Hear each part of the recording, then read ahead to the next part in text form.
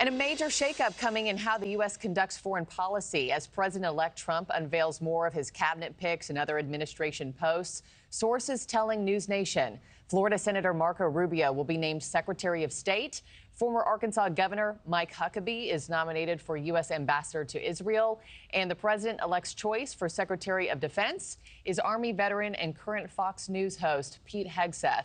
NewsNation's Brooke Schaefer joins us live with how these picks would impact the war in the Middle East. Brooke, good morning to you. All three have a history of strongly supporting Israel. What more can you tell us this morning?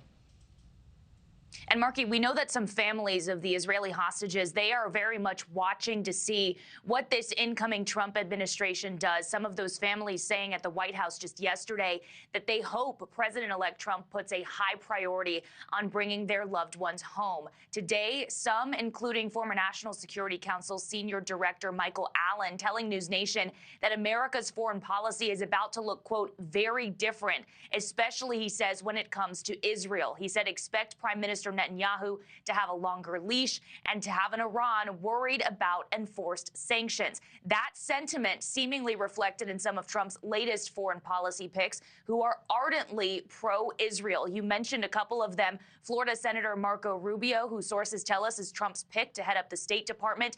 He has repeatedly called for a complete eradication of Hamas and blames the violence in the region squarely on the terror group. Rubio saying this last year when asked if he would support a ceasefire. Senator Rubio, will you call for a ceasefire? No, I will not. Gaza? On the contrary. Rubio, are you filming it? wait, so I want you guys to get this. I want them to destroy every element of Hamas they can get their hands on. These people are vicious animals who did horrifying crimes, and I hope you guys post that. And what about the civilians that are being killed? Then we also have former Arkansas Governor Mike Huckabee. He has been nominated as Trump's ambassador to Israel. That nomination being enthusiastically applauded by the Republican Jewish coalition.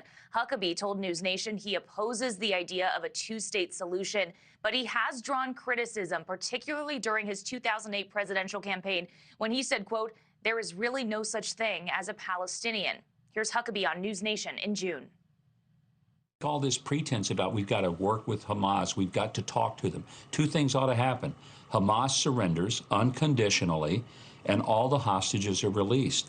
And there's no other alternative here. And then let's quit talking about a two-state solution, because all that does is reward the actions of Hamas. And then overnight, another pro-Israel pick by the Trump transition team, Army veteran and Fox News host Pete Hegseth tapped as Secretary of Defense. He has expressed his support for a peace through strength solution to the Middle East conflict. Keep in mind, these picks still need Senate confirmation. But Trump, for his part on the campaign trail, he's expressed his desire for a quick end to the war. And we know that he's already spoken with Israeli Prime Minister Benjamin Netanyahu, whose office said the two agreed to work together for Israel's security. Markie? Yeah, I'm curious how long some of these appointments have known that they're going to be tapped. Brooke Schaefer, thank you so much.